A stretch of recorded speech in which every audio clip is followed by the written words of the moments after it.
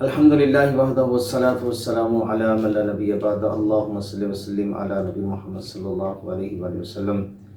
ربیع الاول کا مہینہ ہماری زندگیوں کے اندر داخل ہو رہا ہے، اور ربیع الاول کے جو خوشیاں ہیں ہر مسلمان کے دل کے اندر ہوتی ہیں کہ اس مہینے کے اندر آپ کے اور میرے آقا کریم علیہ الصلوۃ والسلام اس دنیا کے اوپر تشریف لے کر آئے۔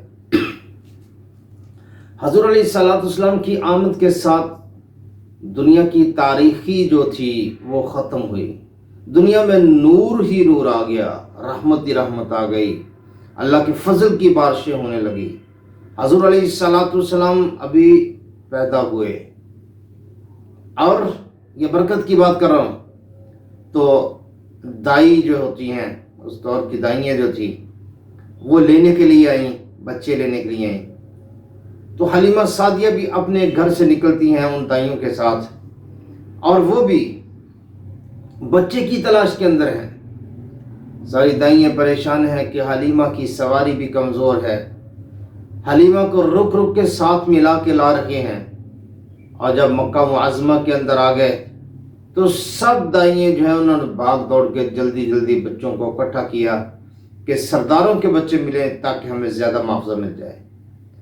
حلیمہ سعدیہ بھی ایک سردار کے گھر کے اندر پہنچی، انہیں بچہ ملا، لیکن ساتھ یہ بھی پیغام مل گیا کہ یہ بچہ یتیم ہے، اس کا باپ نہیں سر کے اوپر۔ پریشان ہو گئی، کیوں کہ مجھے معاوضہ کیسے ملے گا؟ لیکن گھر واپس آئی اپنے حجرے کے اندر۔ آنے کے بعد اپنے حجرے کے اندر اپنے خاوند سے مشورہ کرتی ہیں، آپ کے اور میرے آقا کریم علیہ السلام کو لینے کے لیے جاتی ہیں۔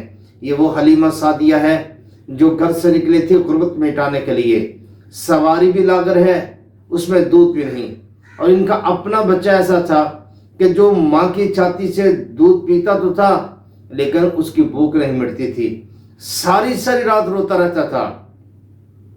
لیکن جب حلیمہ سعدیہ نے آپ کے اور میرے آقا کریم علیہ السلام کو پکڑا تو اللہ کی ایسی رحمت ہوئی کہ حلیمہ سعدیہ کی جو گود تھی وہ ایسی بھری ہوئی، کہنے لگی کہ میرا بچہ اب دودھ بھی پیتا ہے اور رات سکون سے سوتا بھی ہے۔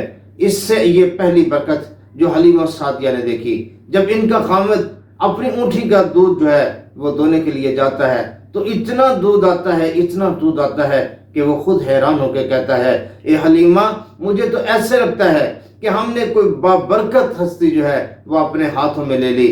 گھر کے اندر رونق آ گئی اور جو خوش سالی جی ان کی دور ہو گئی۔ یہ کہتی ہیں کہ جب میں آقا کریم علیہ السلام کو ساتھ لے کر اپنی سواری کے اوپر بیٹھ کر چل پڑی تو پھر ہوتا کیا ہے، ساری جو دائیں ہیں وہ بھی ساتھ ہیں، لیکن میری سواری سب سے آگے نکل گئی۔ جو پیچھے سے آوازیں دیتے ہیں، اے حلیمہ، تو اپنی اس سواری کو کیا کھلا کر لے کر آئی ہو کہ اب یہ تو ہمارے ساتھ نہیں ملتی، اب تو ہم سے آگے آگے جا رہی ہے۔ جب یہ آئی تھی اس وقت تو اتنی لاغر تھی، کمزور تھی کہ اس کو ساتھ ملایا جا رہا تھا، لیکن اب حالت یہ ہے کہ ہم آوازیں دیتے ہیں، رک جاؤ، ہمیں ساتھ ملا لو۔ حلیمہ سعدیہ کہتی ہیں، میں آقا کریم علیہ السلام کو لے کر گھر کے اندر پہنچی۔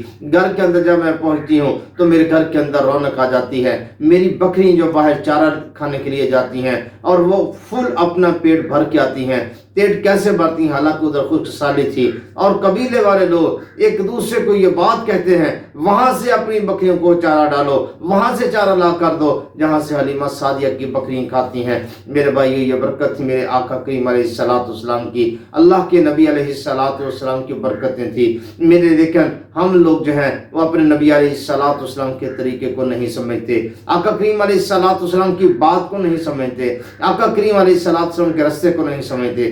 ہمیں عزیز ہے تو بس دنیا عزیز ہے، لیکن میرے بھائیو، جو آقا کریم علیہ السلام کو عزیز رکھتا ہے، جو چلتا تو زمین کے اوپر ہے، اللہ ان کے قدموں کی آہٹ کو جنت کے اندر سنا دیتا ہے۔